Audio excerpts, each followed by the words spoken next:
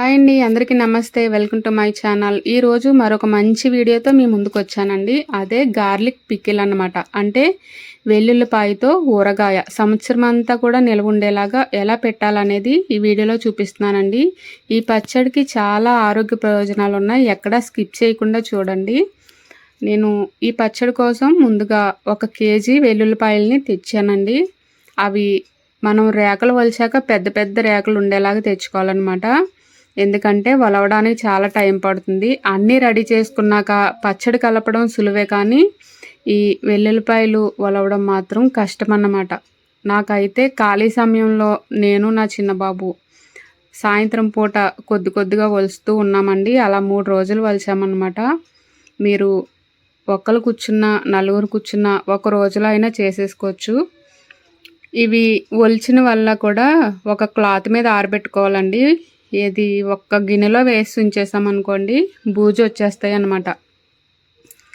అంటే ఒక్కరోజే మీరు ఒలిచి పట్టేస్తే పర్వాలేదు.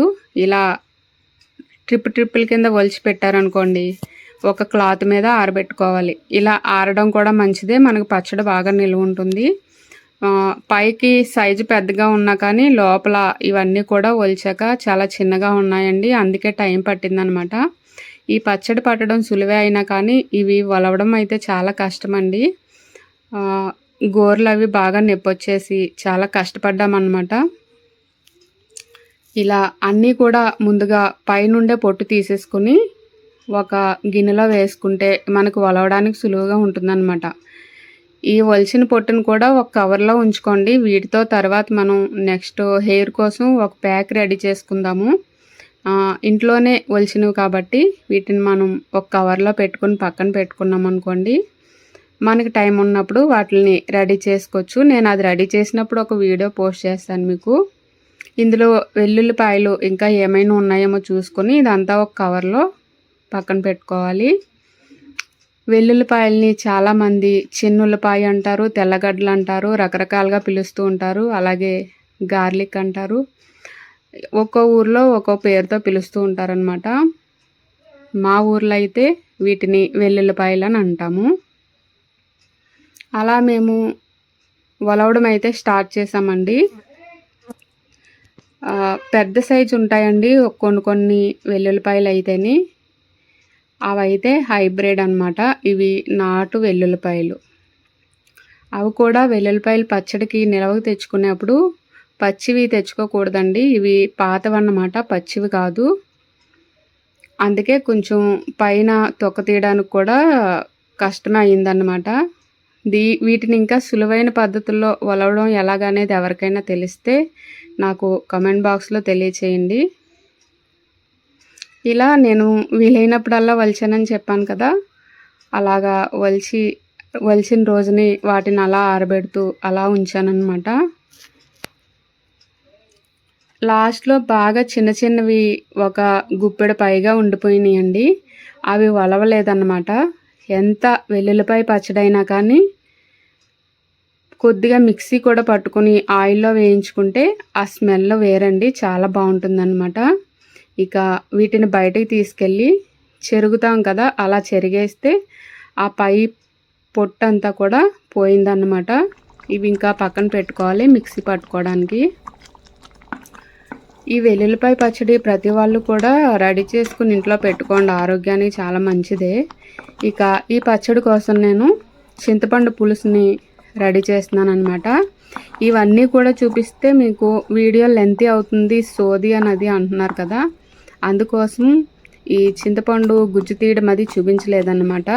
నేను ముందు ఉజ్జాంపుగా ఇంతని ఉడకబెట్టేస్తున్నానండి. కొంచెం వేడి నీటిలో బాగా పిసికి గుజ్జు తీసి ఉడకబెడుతున్నాను. తర్వాత మీకు అన్ని కరెక్ట్ కొలతలు చూపిస్తాను. ఇందులో ఆయిల్ అది ఏమీ వేయలేదండి. అలా వేయకుండానే నీరంతా ఇంకిపోయేలాగా బాగా ఉడికించాను. తర్వాత ఈ పచ్చడి కోసం నేను పల్లి ఆయిల్తో పెడుతున్నాను అనమాట. పప్పు నూనె అయినా పర్వాలేదు, కానీ అది ఇంకా చాలా రేట్ ఎక్కువగా ఉంది కాబట్టి నేను పప్పు నూనె తీసుకోలేదండి. ఈ పల్లి ఆయిల్తో పెడుతున్నాను అనమాట. ఈ ఆయిల్ స్మెల్ కూడా బాగుంటుంది, తినడానికి టేస్టీగా ఉంటుందని సగం ఆయిల్ వేసాను, చూస్తున్నారు కదా, అదే చూపిస్తున్నాను మీకు. ఆ సగం ఆయిల్ కూడా వేడైన తర్వాత కొద్దిగా మెంతులు వేస్తున్నానండి, ఒక చిన్న స్పూన్ అన్నమాట. అలాగే కొద్దిగా ఆవాలు కూడా వేసి అవి వేగిన తర్వాత లైట్గా మిక్సీ పట్టుకున్న వెల్లుల్లిపాయలను కూడా వేసి బాగా వేయించుకోవాలి. ఈ పచ్చడికి మంచి టేస్ట్ సువాసన ఎప్పుడు వస్తుందంటే ఈ వెల్లుల్లిపాయల్ని నీట్గా వేయించుకోవాలండి, మాడిపోకూడదు. అలాగని తక్కువగా కూడా వేయించకూడదు, సమంగా వేయించుకోవాలి. ఈ వెల్లుల్లిపాయని వేయగానే చాలా ఆవిరైతే వచ్చేస్తుంది, జాగ్రత్తగా దూరంగా ఉండి వేసుకోండి. అదే చూపిస్తున్నాను అన్నమాట మీకు. చూసారు కదా, మనకి పైన నురుగు తగ్గిపోయి ఇలా వేగుతున్నప్పుడు స్టవ్ ఆఫ్ చేసుకోవచ్చు అన్నమాట. స్టవ్ ఆఫ్ చేసి ఈ ఆయిల్ని చల్లారనివ్వాలండి. కలుపుతున్నప్పుడు నేను సగం ఆయిల్ వేసాను అనమాట, తర్వాత సరిపోకపోతే పచ్చి ఆయిల్ అయినా వేసేసుకోవచ్చు.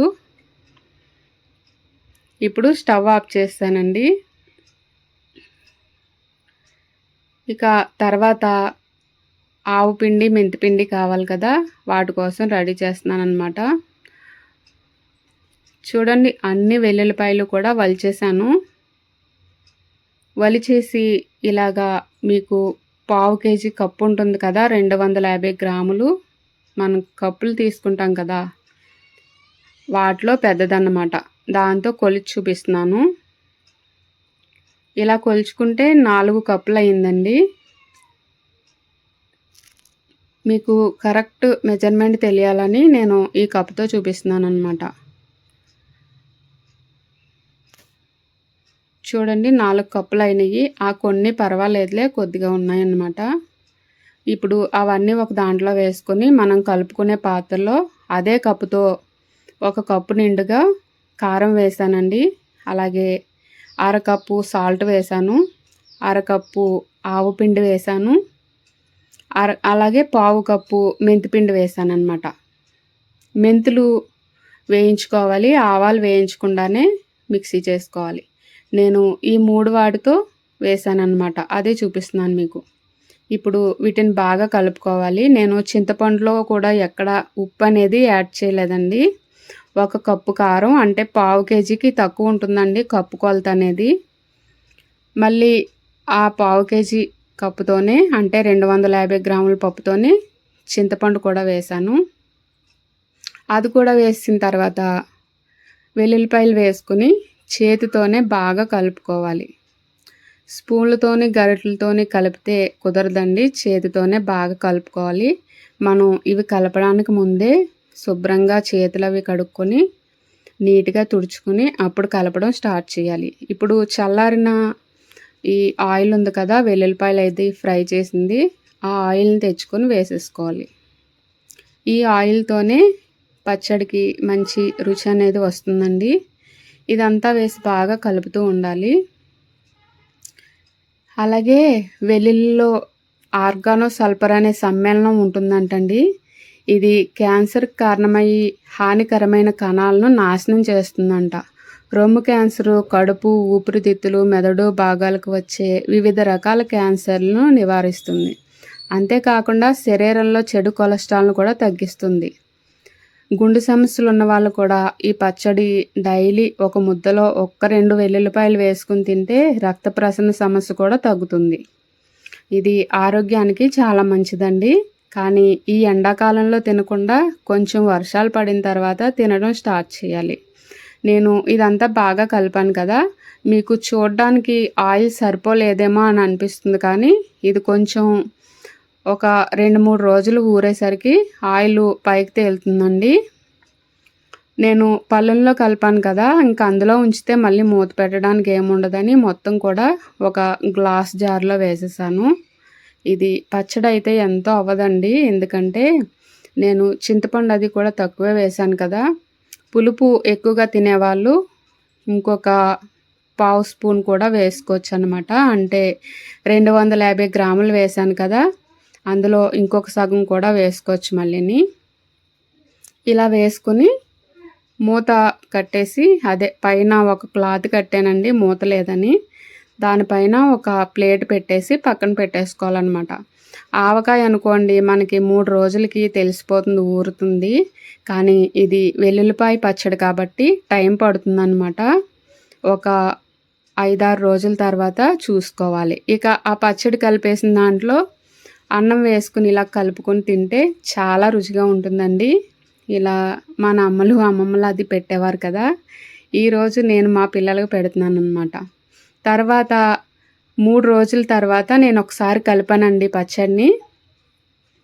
కలిపిన తర్వాత కొద్దిగా సాల్ట్ సరిపోలేదని వేసానన్నమాట. ఇప్పుడు 6 రోజులకి మీకు చూపిస్తున్నానన్నమాట. మామూలుగా అయితే ఆవకాయ అయినా మాగాయ అయినా వేసేసుకుంటారండి. ముక్క ఊరకపోయినా తినేస్తామన్నమాట. మాగాయ అయితే 3 రోజులకు కూడా వేసుకుని తినేయచ్చు. చూసారు కదా ఆయిల్ ఎలా తేలిందో. కానీ ఈ గార్లిక్ పికిల్ అనేది మనం వెంటనే తినకూడదన్నమాట. చాలా ఘాటుగా ఉంటుంది కదా. నేను చెప్పేది ఏంటంటే ఈ ఎండాకాలంలో దీనిని పట్టుకుని కొంచెం వర్షాలు పడిన తర్వాత లిమిట్గా తినాలండి.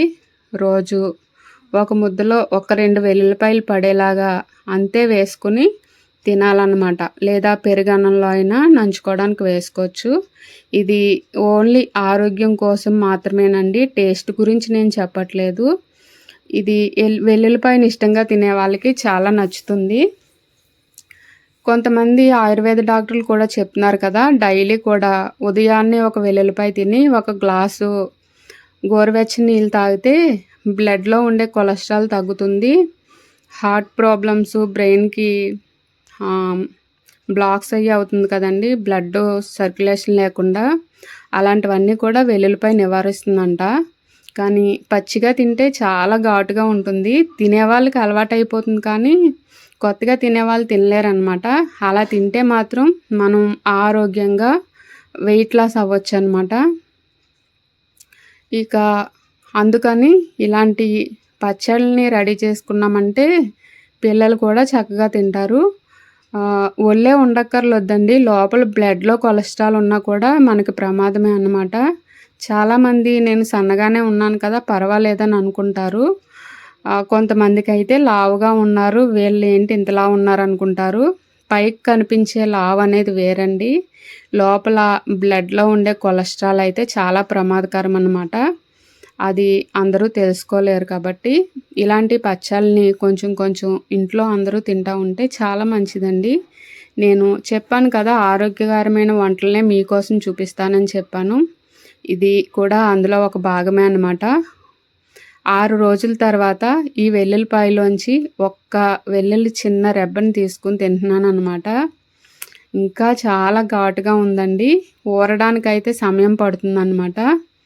పచ్చడి అయితే చాలా బాగుంది, మీరు కూడా ట్రై చేయండి. చాలామంది వెల్లుల్లిపాయల్ని ఆయిల్లో వేయించి పెడతారండి, కానీ ఇలా విడిగా పట్టుకుంటేనే బాగుంటుందన్నమాట.